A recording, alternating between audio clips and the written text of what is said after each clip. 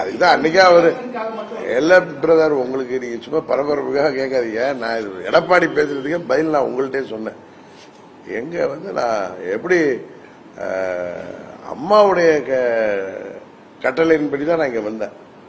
உங்களுக்கு சொன்ன சில பேர் சதினால நான் இங்க வர்றதான் அம்மா வேணான்னு சொன்னதுக்கு அப்புறம் அவங்களை தாண்டி அவங்க எப்படி அததான் இன்னைக்கு நான் ராமரோட என்ன கம்பேர் பண்ணிக்கல. திரு அண்ணாமலை சொன்னப்ப அதுக்கு நான் மறுபடியும் என்ன கேட்டிருக்காங்க. நேற்று கூட ஒரு தொலைக்காட்சியில் பதில் சொன்னேன். தசரதருடைய கட்டளை ஏற்றுதான் ராமர் வனவாசம் போனார். தசரதருக்கு ஒன்றும் அதுல விருப்பம் கிடையாது, அவருக்கு நிர்பந்தங்க. அது மாதிரி சில நான் வர முடியாது, அங்க போய் நீ அங்க போவேனான்னு சொன்னதுக்கு அப்புறம் நான் வரல. அது அவருக்கும் தெரியும், எல்லாருக்கும் தெரியும், பழனிசாமிக்கு தெரியும். நான் இவங்க மாதிரிலாம் திருட்டுத்தனமா பண்ற ஆள் கிடையாது. அதனால அம்மா சொன்னதுனால நாங்க வரல. இங்க இந்த வழியா டிராவல் பண்றப்ப முக்கிய நிர்வாகிகளை பார்த்து போவோம். சபரிமலைக்கு போறப்ப, மற்றபடி இங்க மதுரைக்கு வந்தேன்னா பார்ப்பேன், குச்சனூர் கோயிலுக்கு வரப்ப பார்ப்பேன். மற்றபடி அரசியல் ரீதியா நான் வரல, அது எல்லாருக்கும் தெரிஞ்சதுதான். 2017க்கு அப்புறம் நான் தனியா இயக்க ஆரம்பிச்சதுக்கு பல முறை இங்க வந்திருக்கேன். இப்ப தேர்தலே வந்துட்டேன். உங்களுக்கே தெரியுமா நான் ஏன் வரலங்கிறது. நீங்க தான் எனக்கு தெரிஞ்சு 25 வருஷமா ஊடகத்துல தானே இருக்கீங்க. அம்மாவுடைய கட்டளை ஏற்று நான் வரல. என்னொன்னு அம்மா என்ன கட்சி விட்டு நிக்கிறது உண்மைதான். அதுக்கு அம்மா ராமர் வனவாசம் போறதுக்கு தசரத எந்த நிர்பந்தத்துல அவருக்கு அந்த கட்டளை இட்டாரோ அது மாதிரி அம்மா எனக்கு எதுக்காக கட்டளை இட்டாருன்னு எனக்கு தெரியும். அதை நம்ம வெளியில சொல்லிக்க வேணாம்.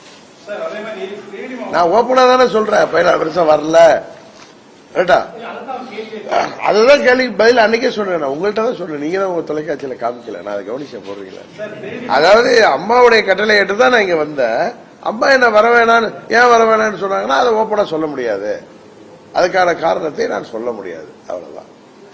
தேனி மாவட்டம் விவசாய மாவட்டம், இது அடுத்து நீங்க எம்பியா வர்றப்போ இதை பாதுகாக்கப்பட்ட அந்த தொழிற்சாலை எல்லாமே விவசாயத்துக்கு பாதிப்பு.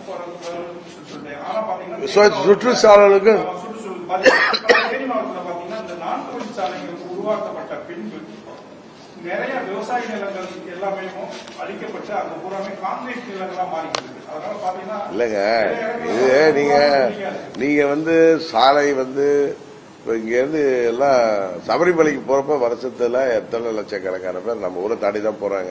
நானே முன்ன பெரிய குளத்துல குடியிருந்தேன்.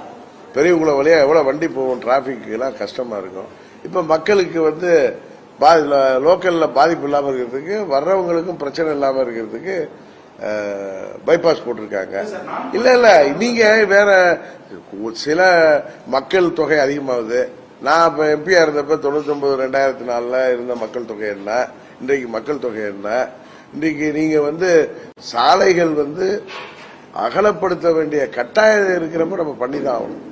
நீங்க எதுவுமே பண்ணாதீங்க, பழைய ரோடு வச்சா இங்கிருந்து நம்ம தேனி டு பெரியகுளம் போறதுக்கு இந்த காலகட்டத்தில் இவ்வளவு வெஹிக்கிள் இவ்வளவு டிரான்ஸ்போர்ட் இருக்கிறப்ப 1.5 மணி நேரம் ஆகிவிடும்.